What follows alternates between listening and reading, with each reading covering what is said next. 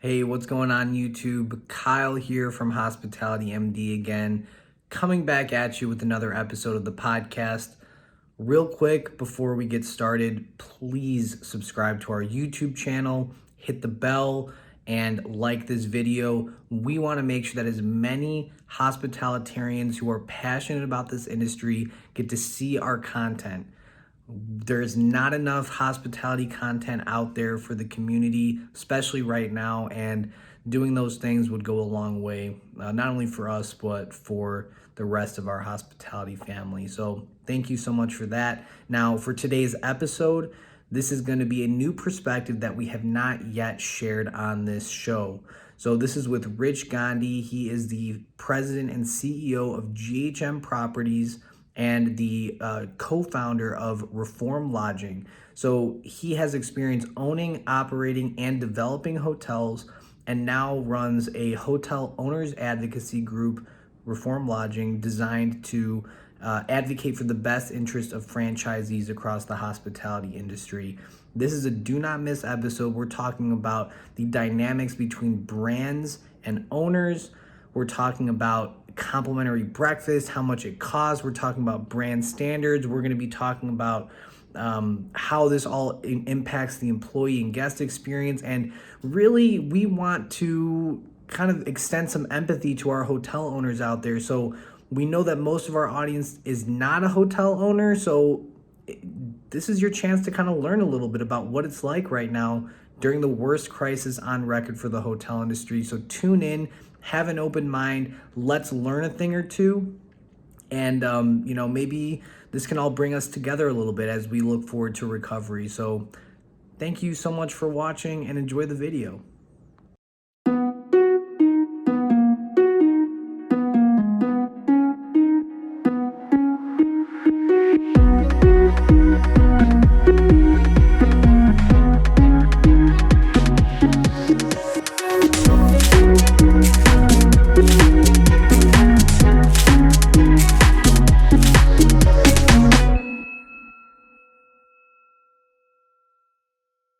So thank you so much, first and foremost, for sitting down with us. I'm super, super excited to chat with you. Love what you're doing with Reform Lodging. And it's just a pleasure to have you on Hospitality MD. So thank you. Thank you. Absolutely. So I want to start, Rich, by asking you about your start here before we get into what you're doing now. Listening to your feature on Advantage Hotels podcast, hearing that you're first generation, that you built your hotel portfolio from scratch. Why don't you tell me a little bit about you coming up and getting started in hospitality? I think it's a immigrant story, standard for most people who come in from overseas to make a new life. And my story is similar to them. I came in when I was 13 after my father had passed away. And I actually lived with my grandparents. They owned a little motel in Atlantic City. I learned the business inside out with them, went off to college, worked in various fields out there, professionally, capital markets to finance and whatnot. And then realized that, I want to get back into the hospitality space, and did my first deal in 2005 and haven't looked back since. So you started out in hospitality when you were 13 years old. Well, you started. I wasn't the owner. My grandfather was. It was a small 18-room motel in Atlantic City. But you were there, you were in it. I think that you could probably consider that your first experience, right? Oh, yes, because we lived there, we worked there. I went to school from there. Yeah. So that is my first hands-on experience, if you would. A lot of people having lived and worked in a motel would have probably said, I never want to go back. I never want to do this ever again. They probably would have said, this is, I'm over it. It's too much, especially, when you're a kid and you're doing that. But after, you kind of started your education, you started your life, you decided to come back to hospitality. Why did you make that decision to come back? I basically looked at it at like we were talking earlier, that way back when I got into the hospitality field, we were able to make a very good return. I mean, it was one of the riskier assets, but, based on if you're looking at different sectors and businesses, strip malls to office buildings, medical plazas, or multifamily you may have, it actually provided you a decent 25 to 30% return on your investment. And if you worked hard, sometimes even better. Those days are long gone today. I mean, today you're barely making 7 to 8% on your money. And that is after you guarantee the loan and you put up all the effort, and it's a 24/7 kind of position, right? And yeah. So your experience building, because you're founder, CEO, president of GHM Properties, right? So this is that first deal that you mentioned, right? Was the starting foundation of GHM. So tell me a little bit about building it up, where it is now. Kind of, do you own and operate all of your properties? Are you a third-party management company? Like, what is GHM? How was it building it up? Tell me a little bit about that. Well, like most people, when I did my first deal, of course, we did it with some investors, and it was a hard road, if you would, to pave. Okay, we basically had to start dealing with investor relations to running the asset, making sure they get their returns. You were wearing a lot of hats. And with that came a lot of complications, especially through the 9 and 10 recession. At that point, you really found out who stood by you, who were your real friends, who were not your real friends. As time progressed, when the recession was coming to an end, I basically believed that the hotels needed to be renovated and turned around immediately before anybody else could, and needed to manage investors to put in capital, right? And nobody wants to put in capital. They're like, yeah, you haven't given us a return in so many years, and it's not fair for you to ask us money. Why didn't you give us our money back? We don't want to do business with you. We think you've stolen money, all kinds of stuff, right? And you're like, look, I can't deal with this. It's too aggravating. There came a point in 2012, I basically just said, hey, guys, you can have it all. I'll walk away for $1. Forget my investment. I'll start from scratch. And that's exactly what I did. Wow. I restarted, and I never looked back after that. Today, we own and operate a few assets, and we don't do third-party management. We have no interest in doing third-party management. I just have been burnt by the experience that I had through that recession. So, it's like one of those things that you don't want to see yourself in that situation again. So your first property, you had that for what, 7 years, right? Up until you walked away, something like that. And after putting all that sweat, blood, and tears into starting this, and you rightfully, right, probably thought this is going to be the foundation of how I keep building and building, and it ended up with you just leaving. You got no return. It was, tell me about that feeling. Were you broken by that? Like, how did you bounce back so quickly? Because I feel like that's a lot of people would have been crushed by that. Well, it is a hard feeling. It was hard to part, right? Yeah. First thing was to mentally program yourself to say, you know what, I am going to be comfortable from walking away. And once you get your mindset to basically not get emotional about it, you can walk. And that's what it was. It took me a long time to basically walk away from that. And once I did do that, I mean, I never looked back. I could say that I was able to make decisions much faster. I can make a split second decision today um, about my business without going to consult an investor, right? I can basically call my own shots. It's my destiny. Um, when you're dealing with investors and whatnot, you always have, oh, I have to ask them permission because it's a big thing. It's outside my scope. You know, I have limitations. My hands are tied. It's just like you saying you have a boss. Right. So it's like, that perception, right? You're a business owner, you got no boss anymore. That's what you would think, right? When you're going into this real estate adventure and this hotel adventure. But sure enough, you found that not to be the case. So you were dealing with people who just had more equity invested into the property. What were your Not true. biggest? We were actually equal. We were actually Hmm, equal. It wasn't even that one was hot more than me. It was that we were equal. And what ended up happening is that it was a trust factor, right? Something basically makes them feel that, oh, you're not doing something right. I can't get into a lot of nitty gritty detail right. about it, but I can mention to you that, let's put it this way: people who invest, usually who are working professionals who are investing, they feel that this is another source to make money. They don't understand that this is a business. Sometimes you make a few dollars, you lose a few dollars.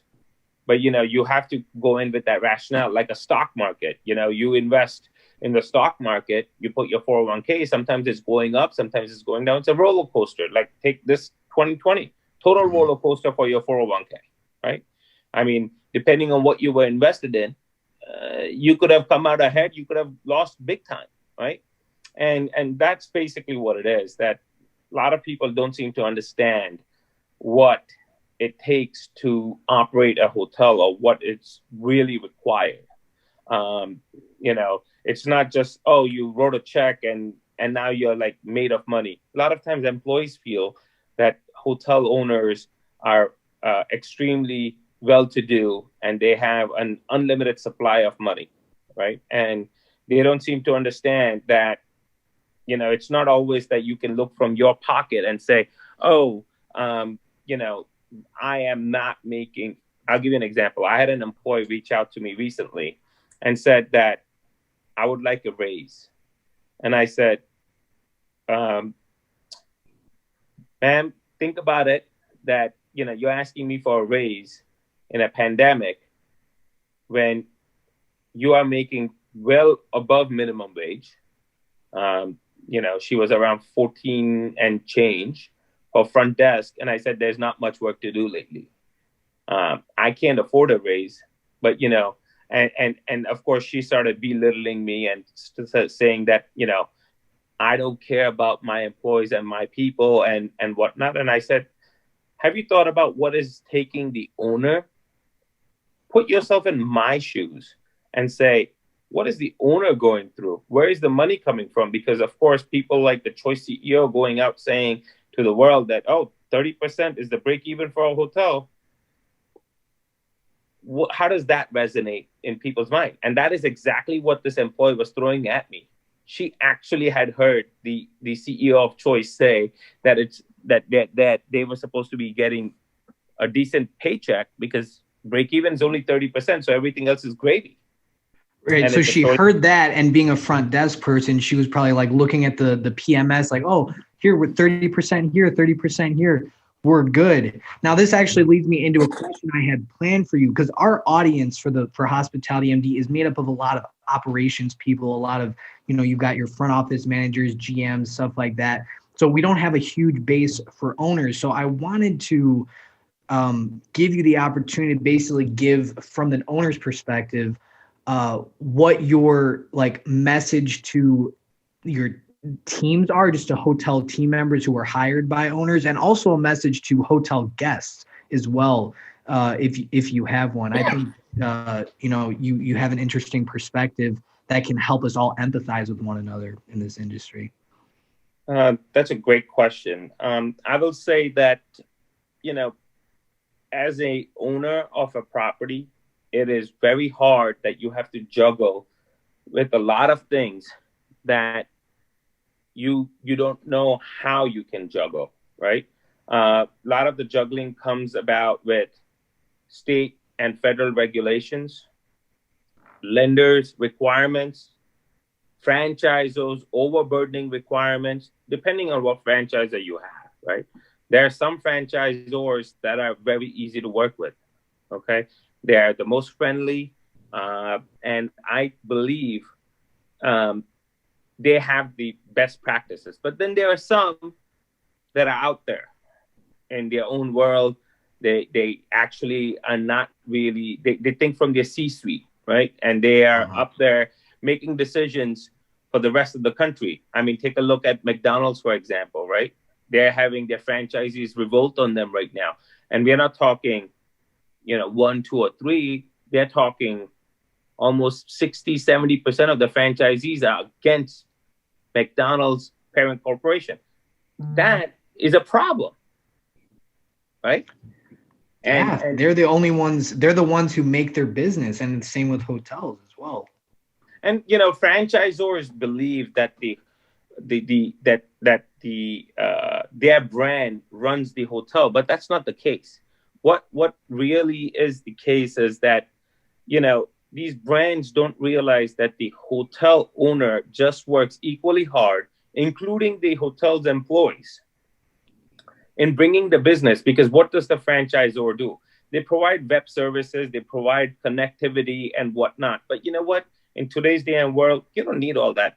Anybody can do it. Boutique brands come out all out of the woodwork every day, and they can connect with whoever, right? I mean, and you can have Expedia, Travelocity, whatever.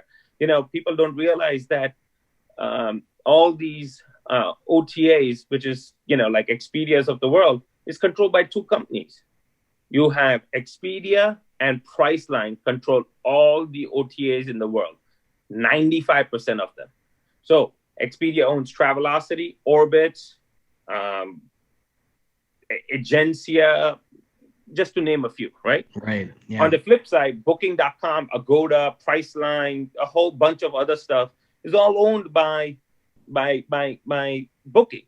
So when people don't see it, that, oh, this is a different website that's sending it, that's not true.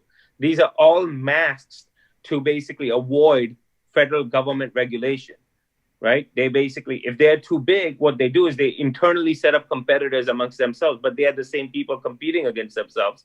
So is there real competition?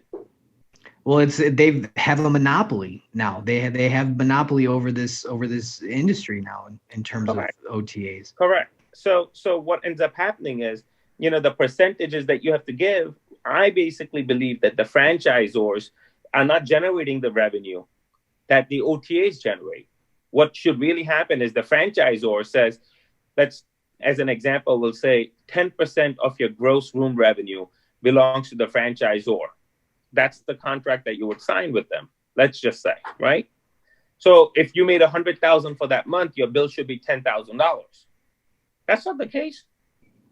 Some franchisors' bills end up being close to 19 to 22% of that franchise fee. I'll tell you how they add those up.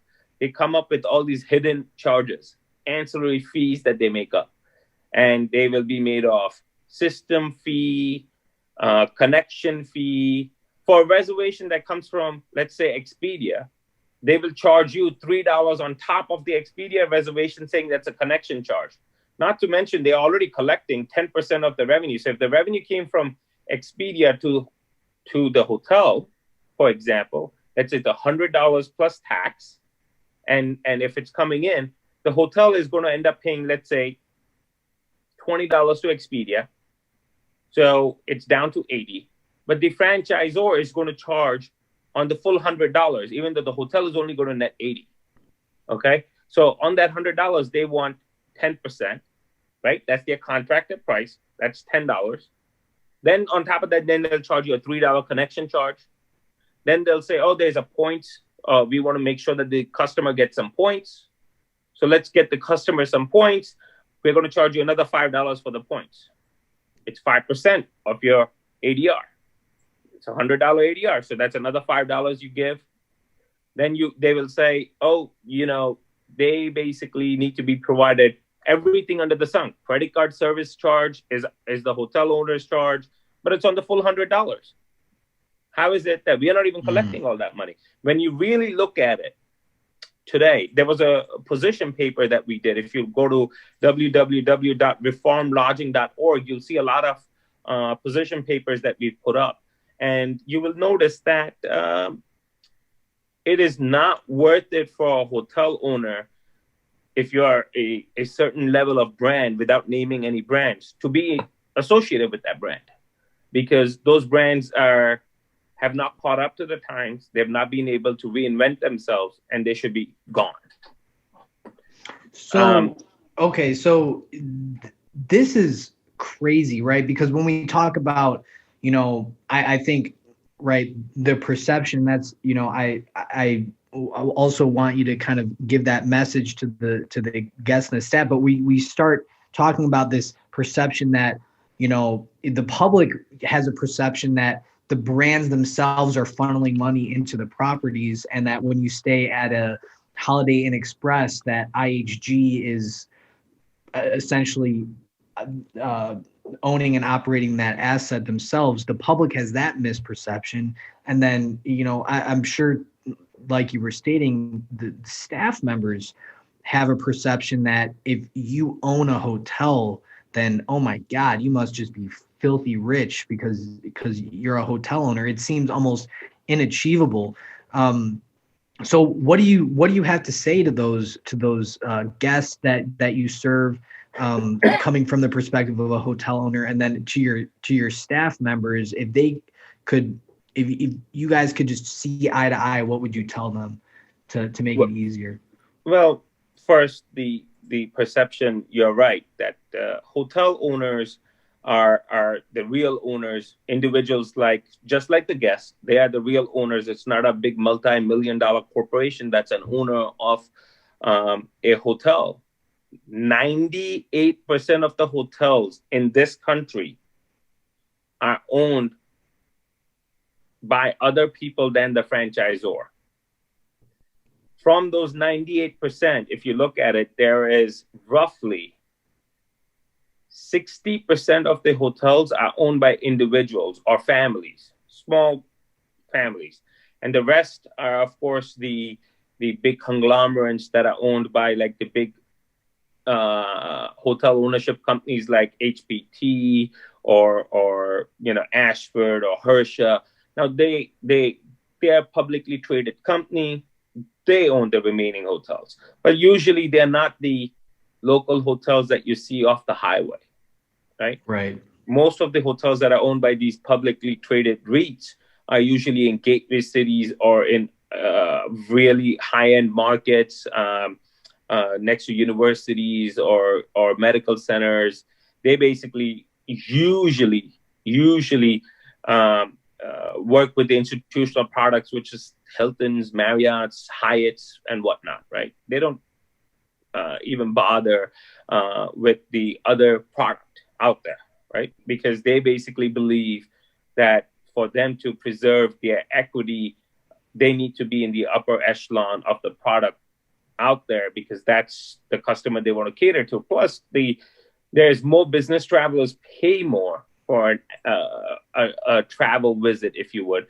I mean, if you had a customer who had an opportunity, I mean, it's mindset. Even yourself, if you were traveling and you had an opportunity to go stay at, I don't know, a mid-scale hotel for $100, and then Hilton comes around the corner and sends out a promo for $120, where are you going to go? I mean, you're not wrong. I mean, it's right. You have this infrastructure, the business travel that was there, right? They're going to stay, and the rates aren't that far off either from what you see, especially now.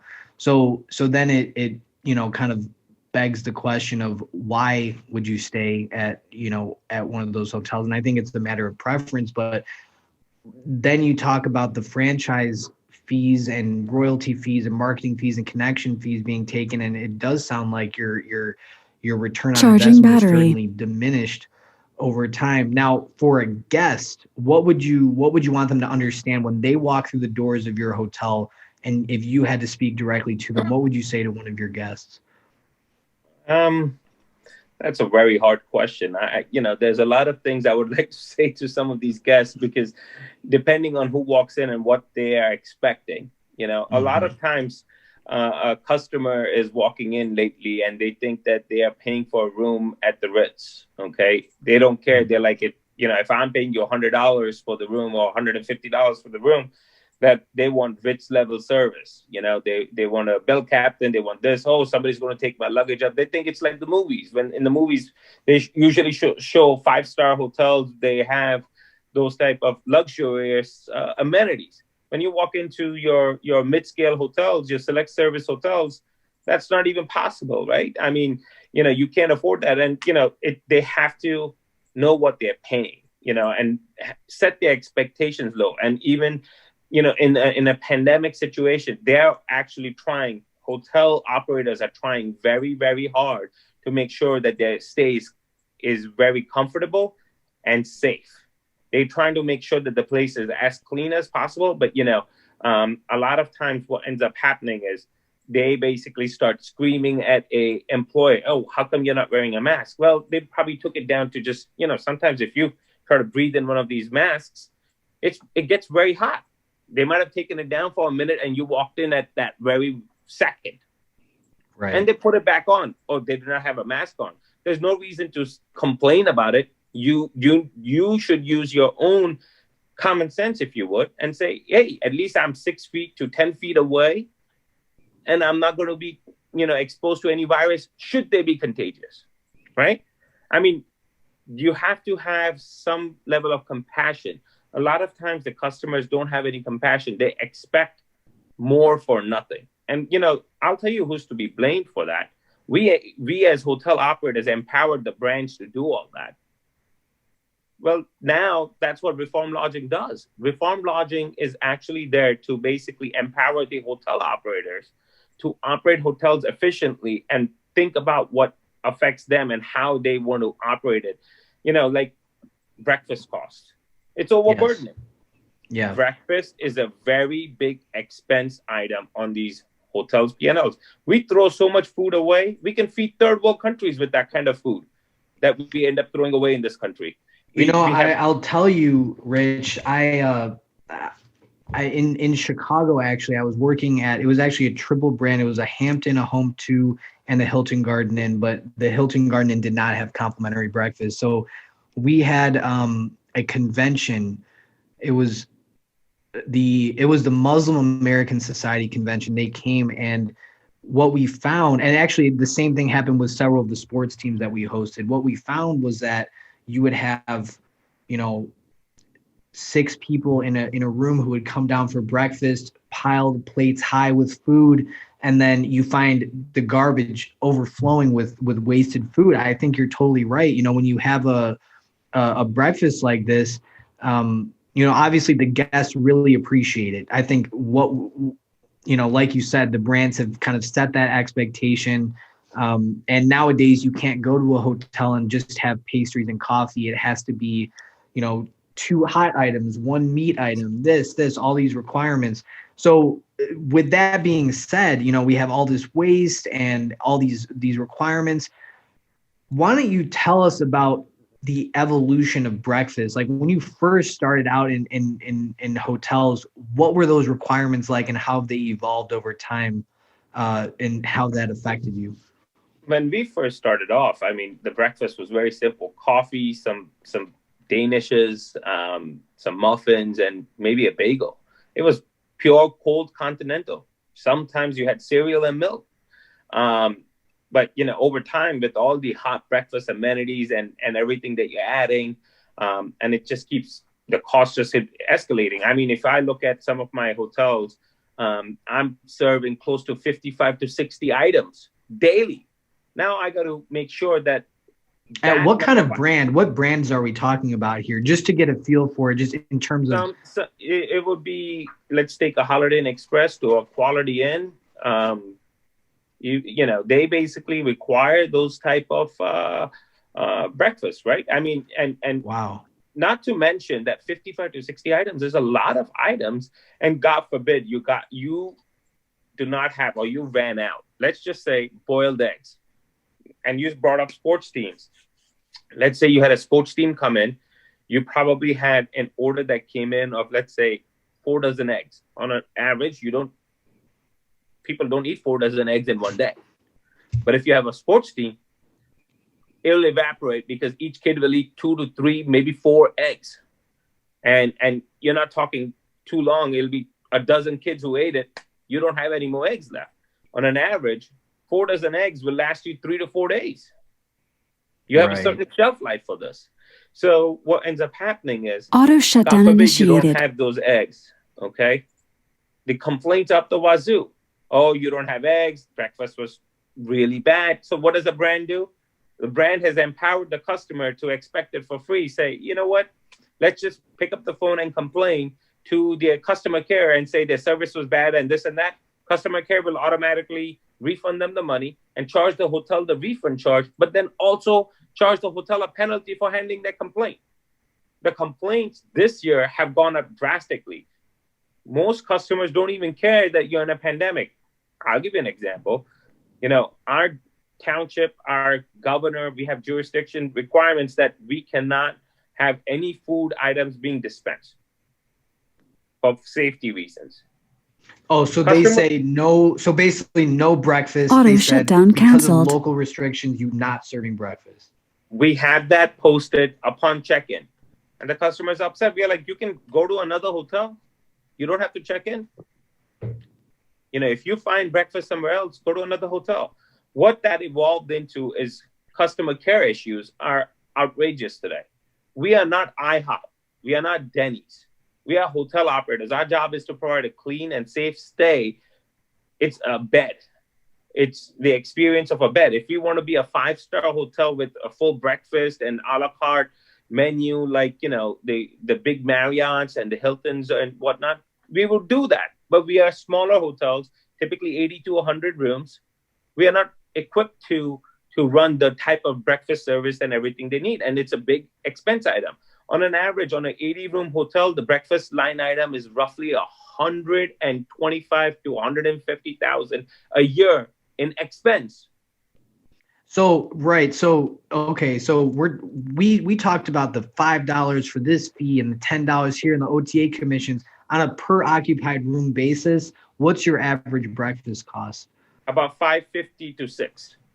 So wow, $5.50 to $6 per room chopped off of the rate essentially because of breakfast. And granted, I think that, again, like we mentioned, guests have come to expect breakfast. What about people who would say, well, actually, let me go into this first. So with that being said, Reform Lodging, right, which is you've built to help with your colleagues to help advocate for hotel owners who are experiencing the same things that you are, to basically to try and rebuild the trust and relationship between the brands and the franchisors and the franchisees. Is that correct?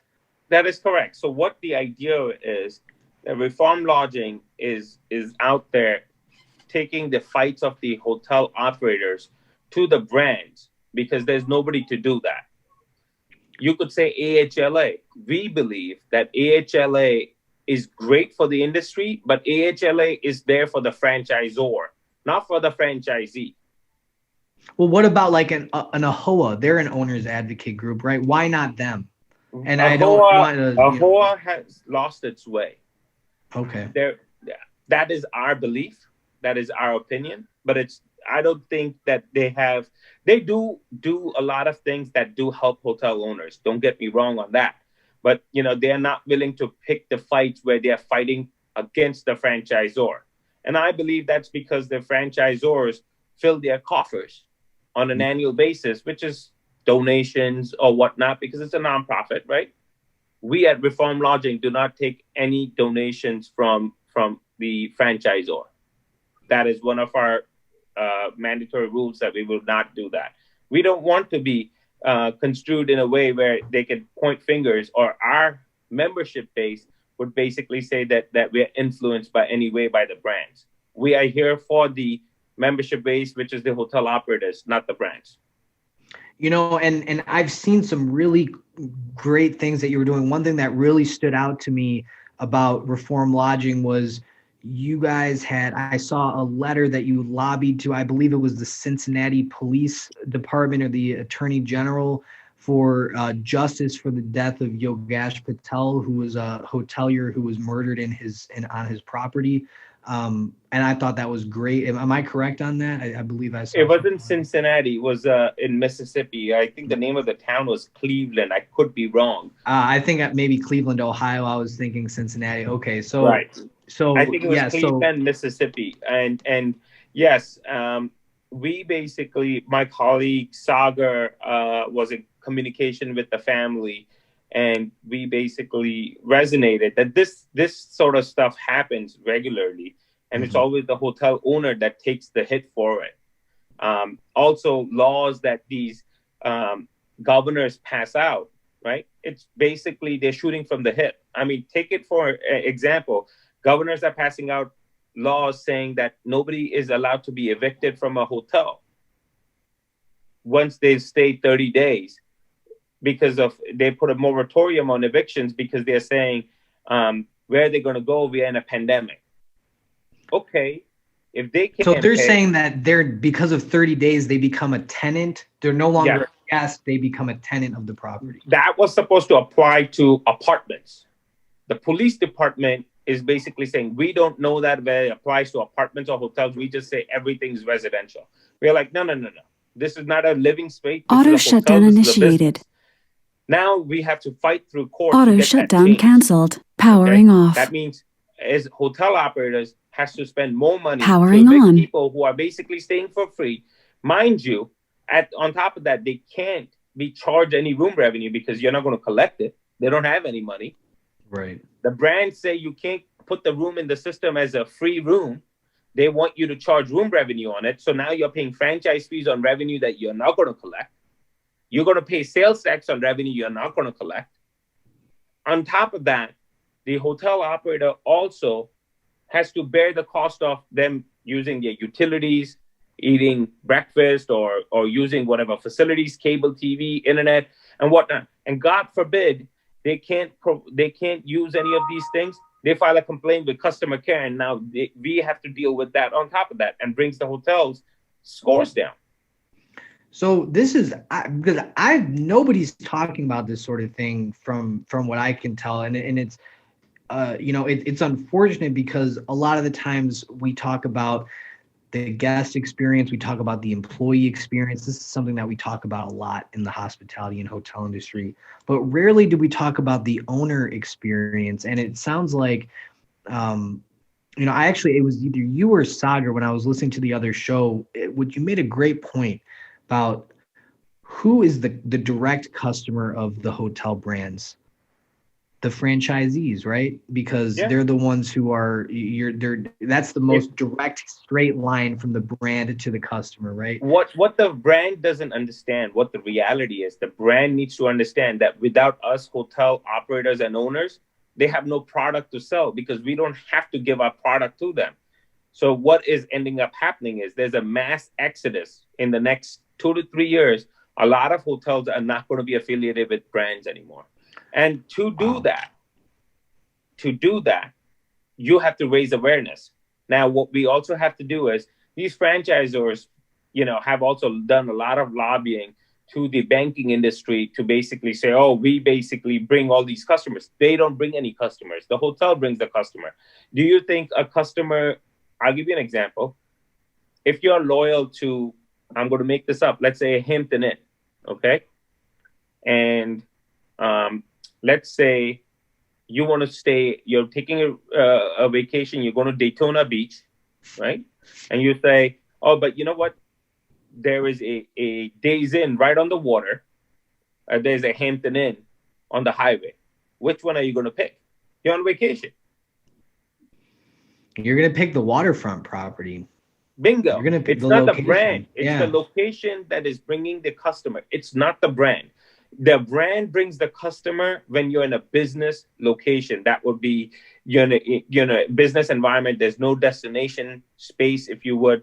That's what's bringing the customer. And brands need to get that programming right in their mindset that, you know what, the franchisees and the locations that they're putting up these assets is bringing their customers. So we need to treat our franchisees right. There's some franchisors that treat their customers great. I mean, Red Roof is one of those. I mean, if you talk to Red Roof, they are always there with you. Any issue you have, they will help you solve it. Same thing with Best Western. They're always there to help and protect their franchisees. Some of the other ones I have to think twice about, and I won't name those. Right. So a couple things here. So when 2019, 2018, before this, right, when revenues were good, everybody was happy, right? Or has there been these problems even leading up to the pandemic? Because it sounds like the pandemic, if there were problems, has just exacerbated this beyond anything. Like, for example, has the brands given any sort of relief or any sort of deferment on their fees or anything during this time when revenue is completely down and the market is decimated? Has there been some brands have done very good have been very good to their franchisees, have given exceptional consideration, deferrals, or forgiveness on fees. That would be Red Roof and Best Western per se. Some other brands like to dangle carrots in front of you. That would be Choice. And what they would say is, we'll give you a deferral on your fees to pay, but we want you to sign a contract that you're going to be extending your life of the license for another 10 years. Why, Choice? Do you feel that you're going to lose this potential location because your service was atrocious from day one? Maybe that's what it is. And that is what fascinating. That is what it is. They like to dangle some carrots. There's some brands feel that they don't need to provide any consideration. But some brands, if they want to provide consideration, they want to dangle these carrots to extend the life of the license so they could say that, oh, we got these new licenses. It's all for the stockholders. It was on my podcast with Patrick, who's the real master here, right? Is it the franchisee?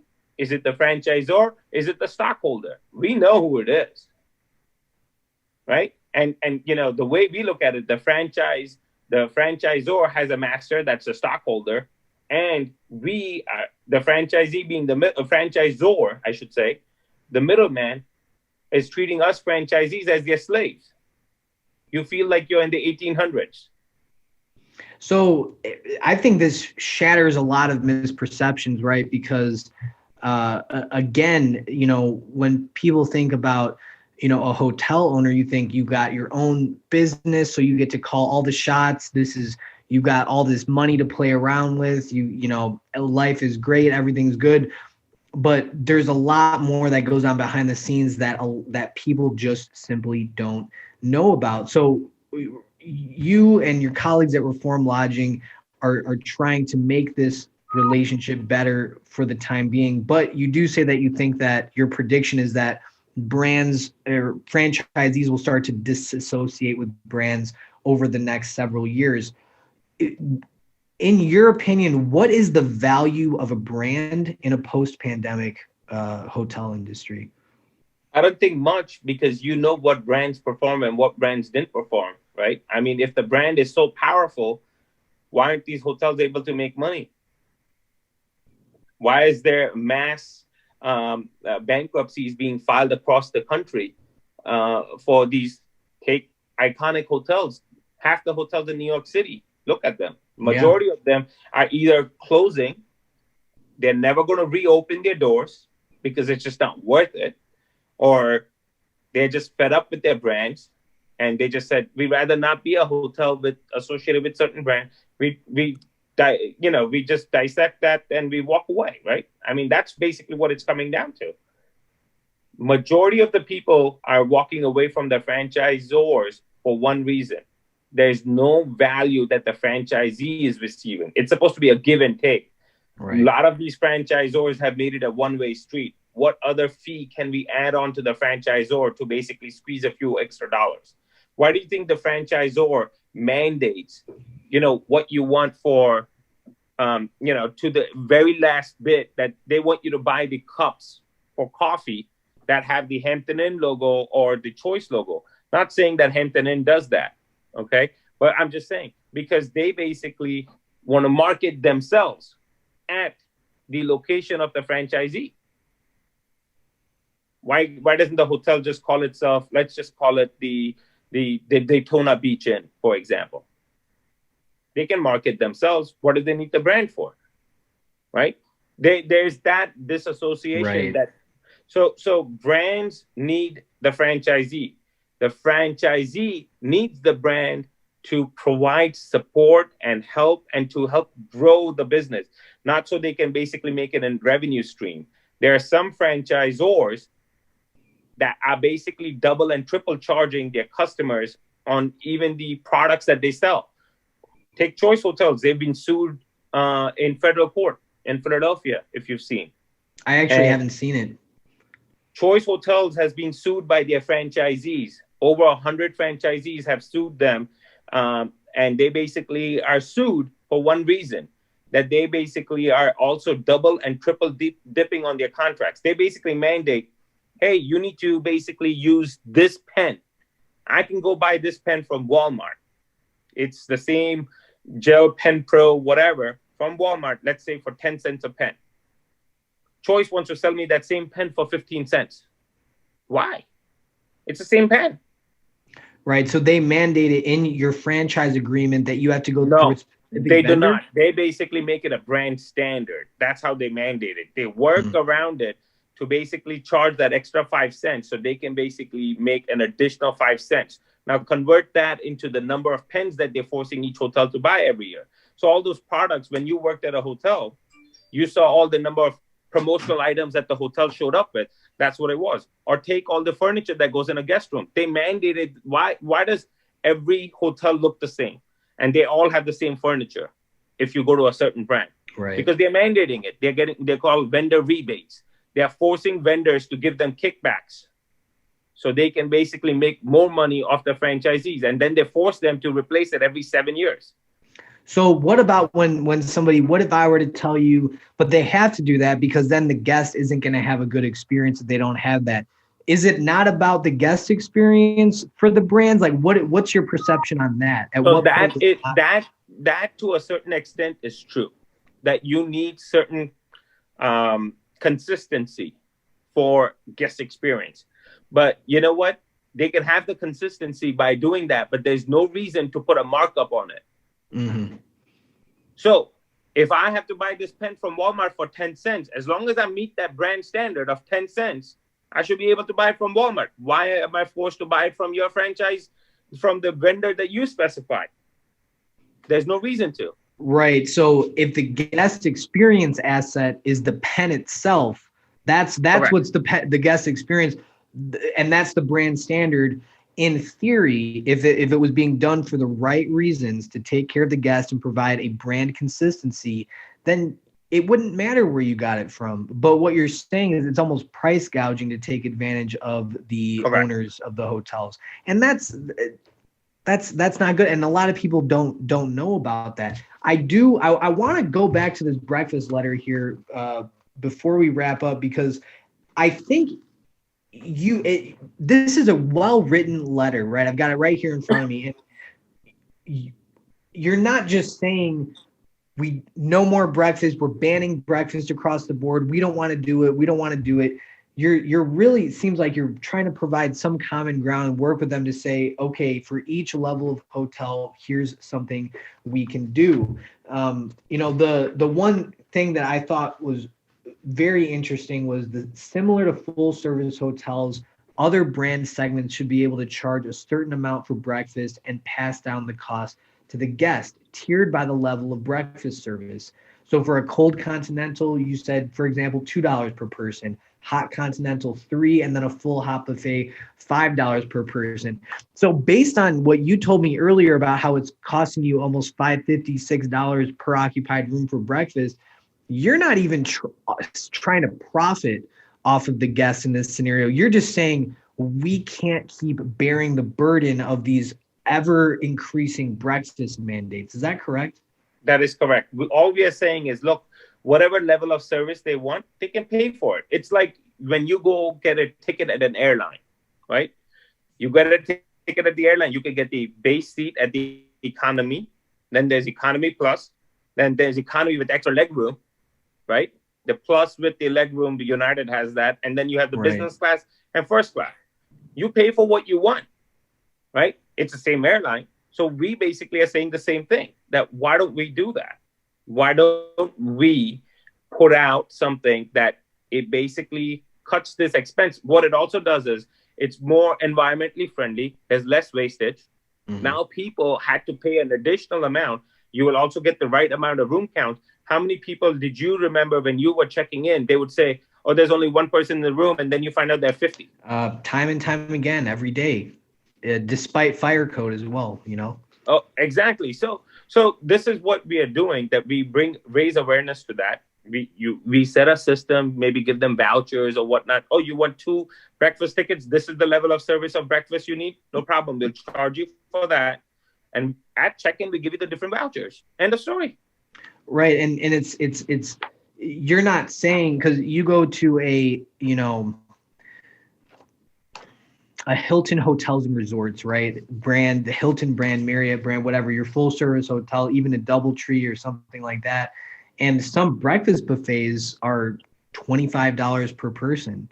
And we know it's not costing them. So when you go to a full service hotel and they say, we're charging you for Wi-Fi, we're charging you $25 for breakfast, we're charging you this much for Self Park, we're charging you this much for valet. And I get it, full service hotels are different. However, again, like I said, this is not even an attempt to make more revenue. This is just an attempt and an offering to say, we're just trying to survive. Maybe if this simple solution can help us still give the guests breakfast if they want it. We're not taking it away. We want the guests to have their breakfast. We want to have that experience if they want it, but it's just too much in its current state. And for everybody listening, I will, if it's okay with you, Rich, I'll keep this letter in the description of the video so anybody can take a look at it if they want. Sure. And you can put our website out there, whoever wants to join it. Look, we had 2,000 plus members. We started in April of this year. Think about it. In April, we started. We have over 2,000 members today, and it's growing. And we need more members to grow. Membership is very reasonably priced, and that's all it is. We just need new members.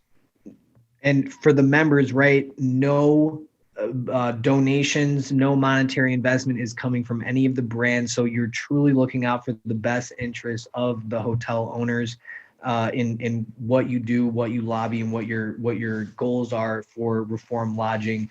And I will I'll leave you with this, and I'm going to ask you one more question. Actually, I want to do 2. Would you do this all over again?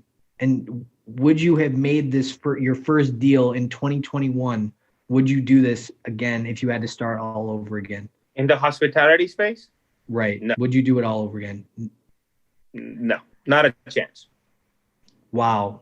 That sucks to hear that somebody who's dedicated your life essentially since you were 13 years old in the hospitality industry, you're saying that the current state of affairs, you would not even consider doing this anymore. And tell me why that is.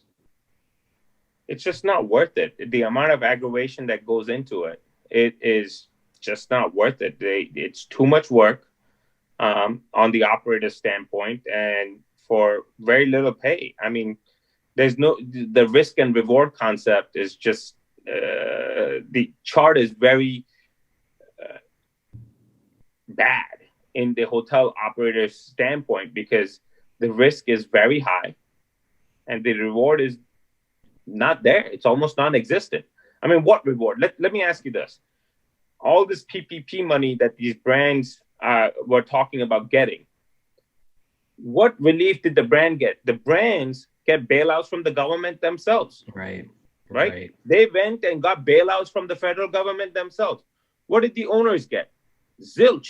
We ended up having to fight and lobbying to senators and congressmen to finally get our way. So this PPP2 rolled out, where it basically states it is prioritized to all hotel operators and restaurant owners, because what happened the first go around, the big companies took all that money away. So the little guys like us got nothing.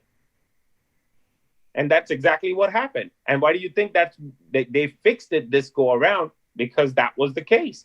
Big companies will get their bailouts at any given time. What bailout or relief has some of these brands given to their franchisees? Some of them, none. And, when you talk about relief that these brands are giving, some of these brands are giving, they're dangling carrots. Oh, we waived this fee, waived that fee. What? From a $10,000 bill, you waive $500 fee? That's a slap in the face. It's an insult. Right.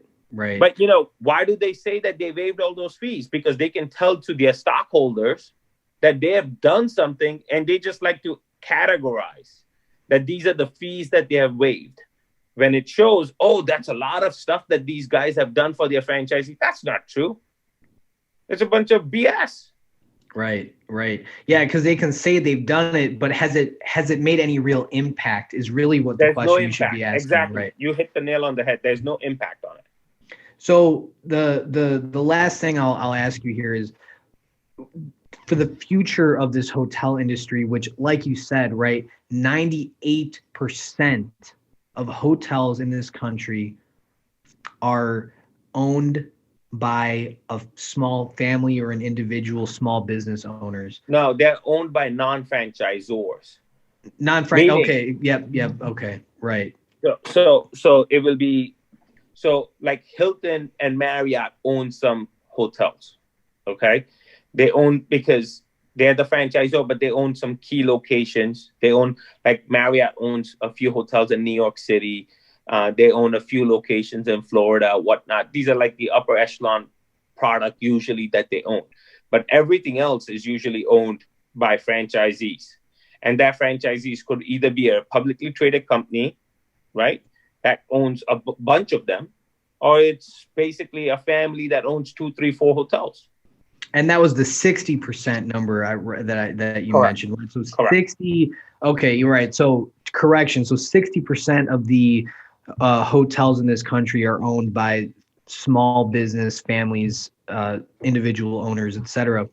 So that's a huge portion. That is the base. That's the foundation of the hotel industry in this country.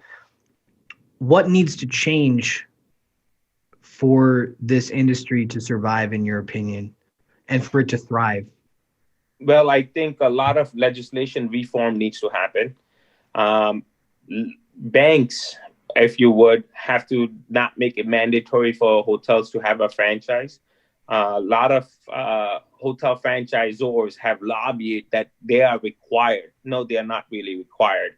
As a matter of fact, go ask the local pizza shop guy versus the Domino guy. Domino guy can sell, I'm going to make this up as an example to just show you the situation, because I've talked to the local Domino guy in my area, and I've also talked to the local pizza shop guy. The local pizza shop guy will sell, let's say, 10,000 pies in a week, okay? He will make, let's say, $20,000. On the flip side, the Domino guy had to sell 40,000 pies in a week to make that same 20,000. Why do you need a franchise? Because the Domino's guy had to pay his franchise fees. Right. So to fix this, what do we do? Do we just start going independent with our what's the solution, right? I think the franchisors need to scale their model back and their expenses back, and they really need to reinvent themselves and do something for customer experience instead of basically mandating stuff. If I wanted to change something to improve my guest service experience, they would not allow it.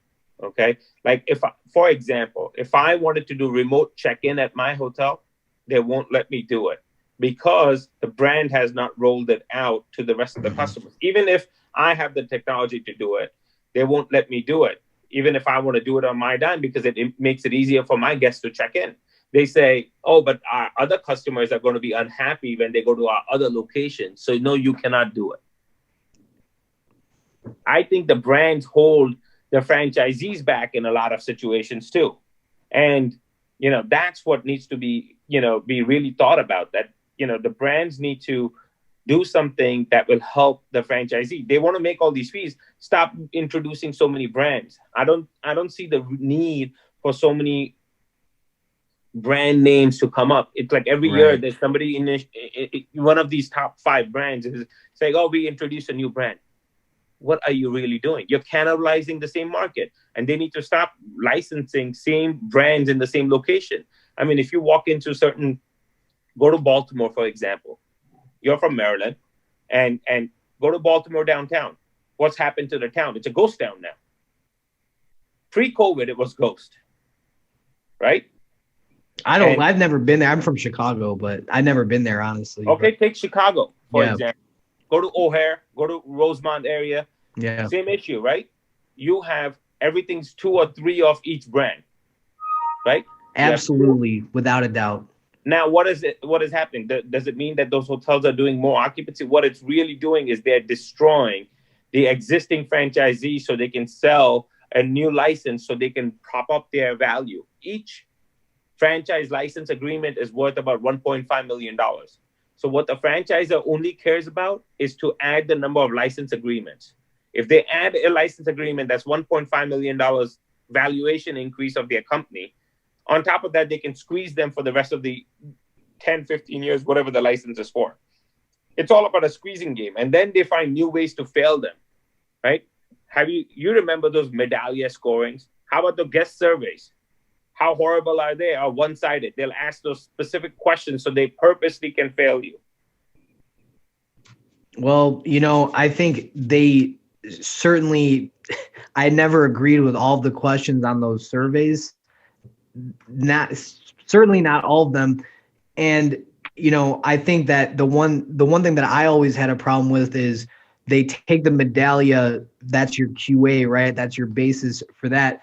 But they never took into account, your TripAdvisor or anything like that. Like your TripAdvisor could be way better. You could be doing really well on TripAdvisor, but not doing well on the brand surveys, and all that they would care about is what came through on the brand. And don't get me wrong, I empathize, right? Like we talked about, they have shareholders, they have to have systems because they're such big brands.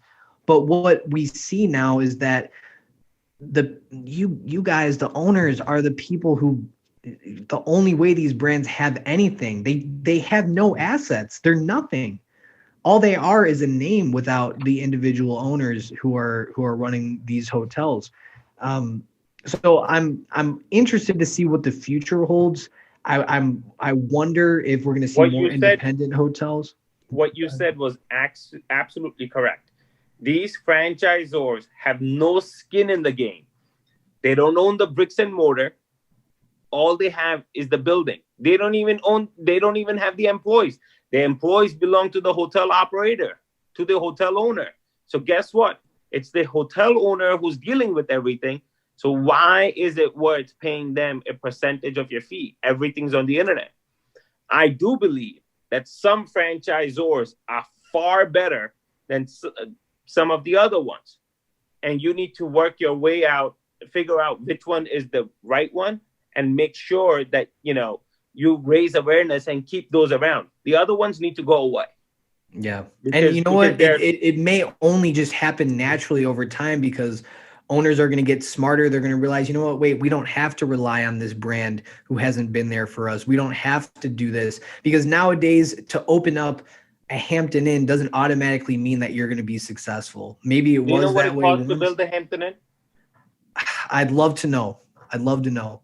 100-room Hampton Inn can cost you around $16 to $17 million. Oh my gosh! It's 160,000 a room. Just off the highway somewhere, off the side of the highway somewhere, just 16 mil, 17 mil. That's stick construction. You're not talking concrete. This is basically built with just like a house, like wood. Yeah.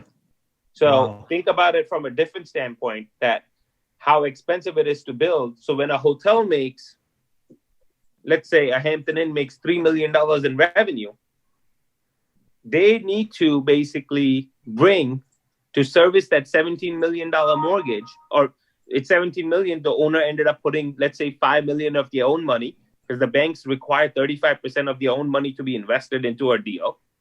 So if they invested that, I'm just going to do quick math for you. Let's say 17 million.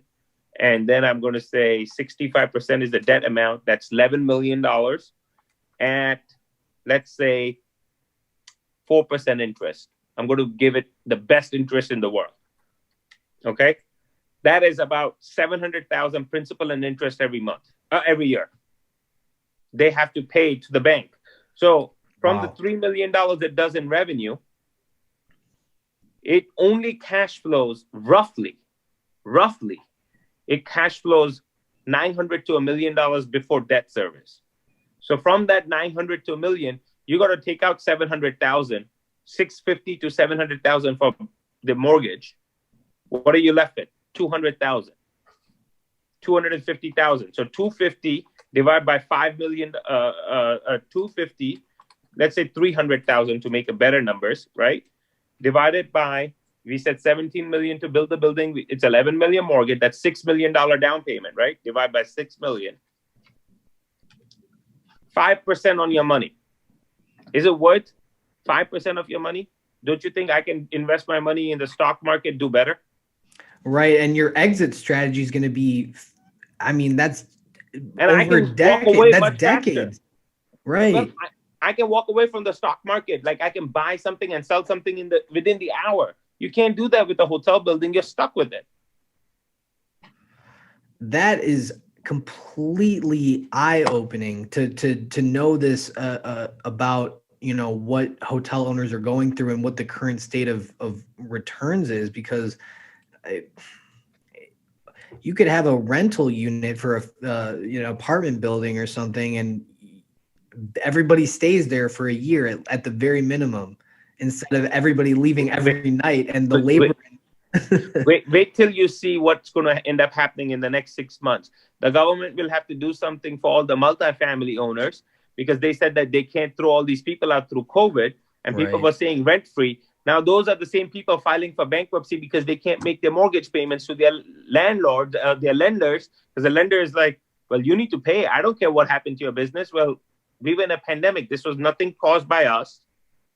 So now these owners of these multifamily units are losing their buildings, just like the hotel owners are suffering because the police departments are doing nothing about these people who are staying in their hotels for free. There's going to be new lawsuits. I've been speaking to somebody that they said that there's going to be a major lawsuit coming their way, that they're suing the governor of a certain state. You know, I was actually waiting for this to happen, because a lot of this stuff, they're not even laws that are being signed into place. They're just mandates, or just things that they've just basically executive order just pushed through. And I was waiting for some businesses to be like, even your restaurants and small boutique retailers to say, wait a second, you put us all on lockdown. You mandated all this, eviction moratoriums, all that, but there's no security for the people who invested their money. When are they going to get paid? Exactly. But you know what's the worst part of this? They put these moratoriums in that you can't evict them. And they said nobody can travel. They have major travel bans. National, international, interstate travel is banned.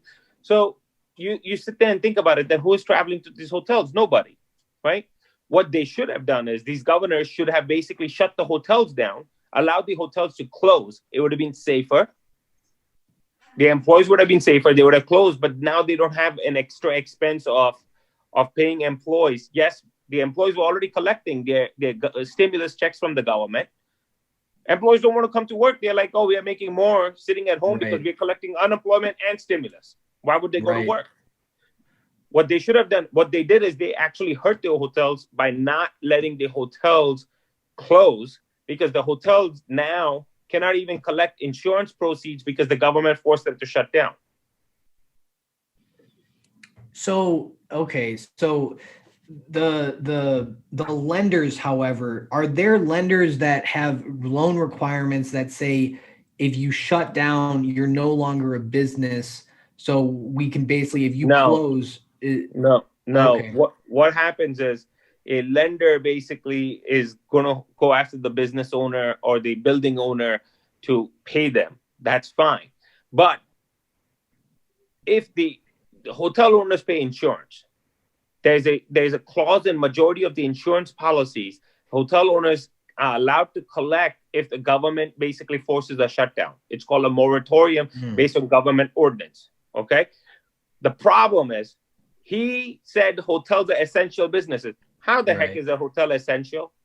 Who's traveling to the hotels that they're essential businesses, that they need to stay open? I mean, you could argue that if somebody needs a place to stay, it's essential. Yes, I can see both sides to it. But let's say this way: they can basically force. If they say all hotels are allowed to close, and whoever wants to stay open can stay open, that would be one thing. And let's put it this way: there's always going to be that one guy who wants to defy the rules, right? Mm-hmm. Who wants to stay open. They're like, oh, everybody else is closed, I'm going to take everybody's business. Okay, then do that, right? What it is that if they basically just said per town XYZ, everybody's allowed to close, that would have been a different story. Because think about it from a different standpoint. You're in Chicago. If you had the number of hotels that are in Schaumburg or Naperville or all these areas, think about it. How many hotels were full? How many hotels were even selling 20 rooms a day? These are 100, 120 room hotels. If they said, these two hotels right off the highway can stay open, or the hotels right next to the hospitals can stay open. Okay, you don't need every hotel to stay open. What was the benefit of having 10 hotels at an exit open when nobody's doing business? Well, the problem I think you mentioned is valid, because it's almost like they may as well have closed the hotels down. The policies in itself, like the travel ban, mandatory quarantine, why they didn't close testing, down? Mandatory everything. They may as well have closed them down, but with those policies, it basically said no business for anybody. Yeah, but why they didn't close?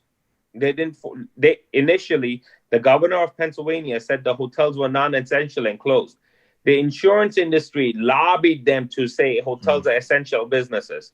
So they were forced to stay open. So they didn't have to write a check, because otherwise the insurance companies are writing big checks. This would have been an easier fix. I'm not saying I have all the answers, but I think if they basically said, I'm going to let all the people who need to file insurance claims and let them do that, and let the insurance company pass the claim and bailed out the insurance company, the federal government gave them the stimulus, they would have been far ahead with this thing than giving money to everybody and all that. They would have fixed the problem much faster by basically bailing out, because then they would have bailed out not just hotels, restaurants, every apartment owner for non-collection of rent, everybody.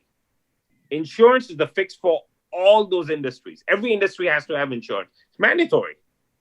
So that's a fascinating standpoint. Yeah, I'm not an expert on that, but it sounds like it could work, because right now we're getting all these complaints about mismanagement of the loan and the funds that got the stimulus funds for businesses. That they went and got mismanaged by the wrong companies for the wrong reasons. Or they could have just let everybody collect their insurance money that the companies already bought into that insurance anyway. Those insurance plans could have let them collect on that and then bailed it out and sent it to one industry. That could have solved the whole thing. That's an interesting point. It's an interesting point. Well, with that, Rich, I want to say thank you for being on Hospitality MD. You offered a lot of insights to me, because I would love to be a hotel owner one day. Don't get me wrong. You've definitely given me a lot to think about as well. Hey, you want to buy my hotel? I'll give it to you on the cheap. Well, maybe we can talk about that. But it's just it's crazy what's happening right now. And I think for our audience, you're going to provide a lot of value with your sentiment. So I appreciate it. Yeah, and I hope to talk to you soon. Thank you. Thank you, Rich. Talk to you soon. Thank you. Bye-bye. Okay, bye now. Hey guys, thanks again for watching and for tuning in till the end of the video. If you have not done so already, press the subscribe button, like this video, share it with your friends. Really help us out. And also be sure to check out www.hospitality-md.com for more information about what we can do for your hotel. We'll see you back again with another video. Thanks for listening.